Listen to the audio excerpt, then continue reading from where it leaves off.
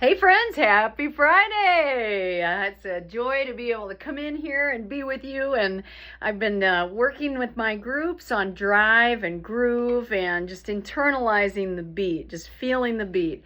And so as string players, you know, we start to get very visual about the way we interpret the beat. We're not always starting and ending our notes in a way that can really create that internal pulse that helps everybody from bluegrass players to classical players to everything in between. So I've been using beats and I love them. I've got kids in my classes that come from all over the place, and when we use a beat in class, it's not unusual that I might have a kid come up to me and say, "Hey Savage, I wrote some bars to this beat." So there's a beat in the chat here, and then in the description of the video you can access it.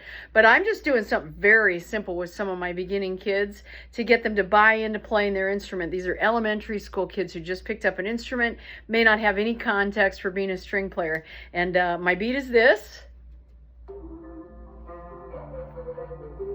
So it's kind of in A minor. Got a nice little intro here. And the assignment is do whatever you can on one string. So in this case, A.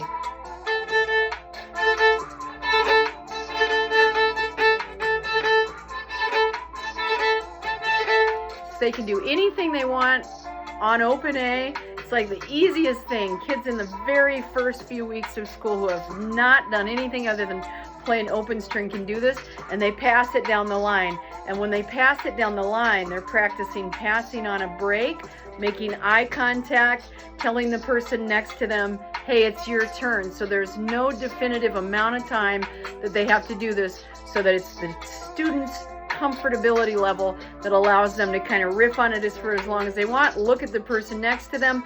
Now it's your turn. So we're doing drive, we're doing cultural relevance, we're doing eye contact, we're doing belonging, we're doing a bunch of things, and we're doing it all on open A. Play nice and be free, friends. See you next week.